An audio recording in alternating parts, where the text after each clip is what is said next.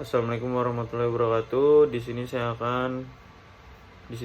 Muhammad Mujadin Syahrul dan akan memaparkan terkait korelasi antara makosid syariah dan ibadah haji yang baru-baru terjadi ini.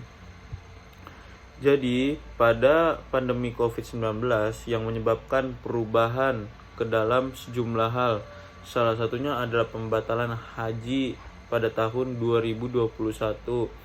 Pemerintah melalui Kementerian Agama Republik Indonesia menyampaikan keputusan untuk tidak memberangkatkan jemaah haji Indonesia pada musim haji 2021. Keputusan ini resmi disampaikan oleh Kanut Khalil Qumas selaku Menteri Agama Republik Indonesia yang tertuang dalam keputusan Menteri Agama KMA nomor 660 tahun 2021 tentang pembatalan haji pada tahun 2021. Pembatalan haji di masa pandemi ini bukan pertama yang terjadi. Pada tahun 2020 misalnya, pemerintah melalui peraturan Menteri Agama nomor 1 tahun 2020 dengan berat hati harus membatalkan pelaksanaan ibadah haji. Meski demikian pahit, kebijakan ini sudah tepat. Keputusan Menteri Agama ini lalu diapresiasi secara positif oleh beberapa kalangan seperti Komisi 8 Dewan Perwakilan Rakyat Indonesia. Pengurus besar Nahdlatul Ulama PBNU dan Majelis Ulama Indonesia atau MUI. Menurut hemat penulis, keputusan Menteri Agama itu memang tepat untuk diambil meski ini memiliki konsekuensi pada semakin bertambahnya masa tunggu jemaah haji Indonesia. Akan tetapi keputusan ini memang harus segera diambil. Untuk itu melalui tulisan ini penulis bermaksud untuk membedah atau mempertimbangkan disampaikan oleh Menteri Agama Republik Indonesia dari perspektif kuwait, fikih dan makosid syariah. Pelaksanaan ibadah haji pada masa pandemi COVID-19 menjadikan umat Islam dilema untuk melaksanakannya. Ibarat memakan buah si makalama, boleh dan tidaknya pelaksanaan ibadah haji di masa pandemi akan berdampak kepada segala hal.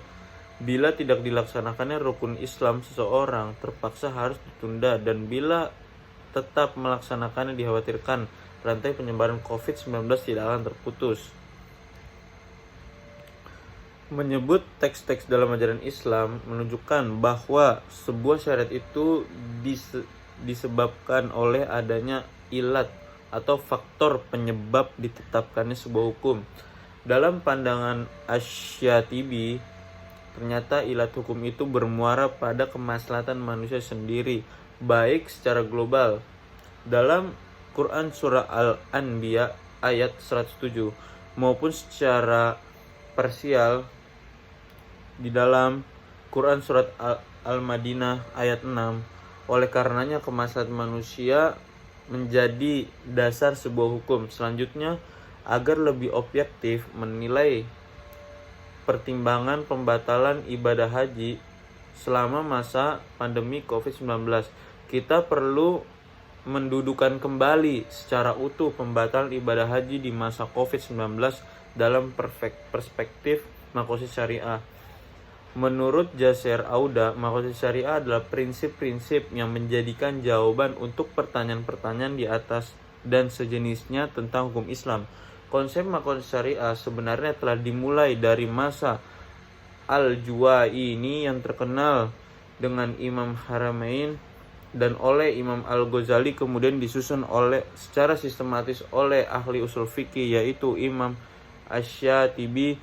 Konsep itu ditulis dalam kitabnya yang terkenal Al-Muwafaqat fi Usul Al-Ahkam.